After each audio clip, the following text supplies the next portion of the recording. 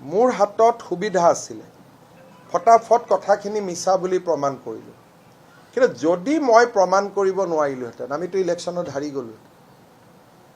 সেইকাৰণে এই বিষয়টো সিৰিয়াছলি আমি লৈছোঁ যাতে ভৱিষ্যতৰ কোনো ইলেকশ্যনত এনেকুৱা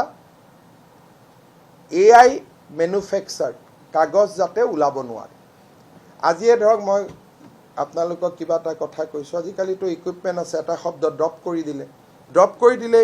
মই ক'লোঁ বাংলাদেশী মিয়া আপোনালোকে বাংলাদেশী শব্দটো ড্ৰপ কৰি দিলে মিনিংটো বেয়া হৈ গ'ল বেলেগ হৈ গ'ল এই বস্তুবিলাক যাতে নহয় তাৰ কাৰণে আমি এতিয়া হাইকোৰ্টত মোৰ ওপৰত হীৰেণ গোহাঁই ডাঙৰীয়া এটা কেছ দিছে যে মিয়া বুলি কোৱাটো ভুল কিন্তু অসমত মিয়া শব্দটো প্ৰথম হীৰেণ গোহাঁই আৰম্ভ কৰিছে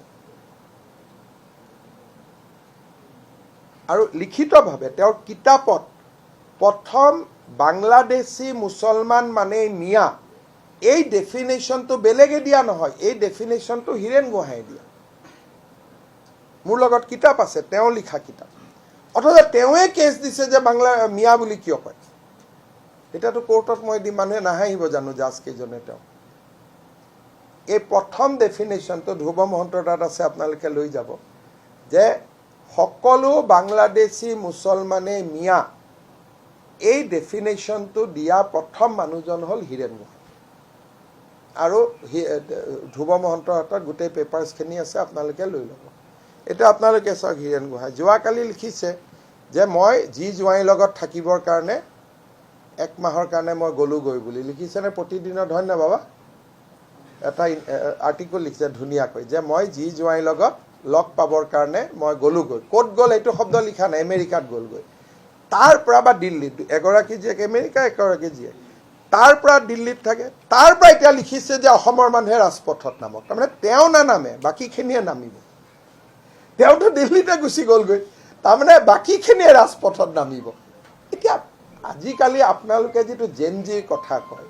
এই জেনজিবিলাকে এইখিনি বুজি নাপায় নেকি যে পৰহি লিখিলে যে মই জি জোঁৱাইৰ লগত থাকিব গ'লোগৈ পিছদিনাখন লিখিলে অসমৰ ৰাইজ জঁপিয়াই পৰক তাৰমানে মই নজঁপিয়াওঁ বাকীবিলাকে জঁপিয়াব মানে মানুহৰ বিবেক বুদ্ধিবিলাক তেওঁলোকে ভাবে যে আমাক ছাৰ মাতে কাৰণে আমাৰ ওপৰত কোনো মানুহে নাচায় কিন্তু আমি যে ইমানলৈকে পঢ়োঁ এইটোতো তেওঁলোকে বুজি নাপায় আমি যে ইমানলৈকে আমাৰ ষ্টাডি চলি থাকে সেই হৈছে কথা সেইকাৰণে মই ভাবোঁ যে এট দ্য এণ্ড এইবাৰ ইলেকশ্যনত এটাই হ'ল যে মানুহে ফেচবুক ইনষ্টাগ্ৰাম চাই ভোট নিদিয়ে মানুহে যোন মানুহ ৰাইজৰ লগত লাগি থাকে কাম কৰি থাকে গ্ৰাছৰুটত থাকে তাকেই ভোট দিয়ে সেইকাৰণে যিসকলে হাৰিছে ইলেকশ্যনত তেওঁলোকে এটাই কথা বুজিব লাগে যে অহা 5 বছৰ আমি ৰাইজৰ মাজত থাকিম আমি জিকিম ফেচবুকত থাকিলে আমি হাৰিম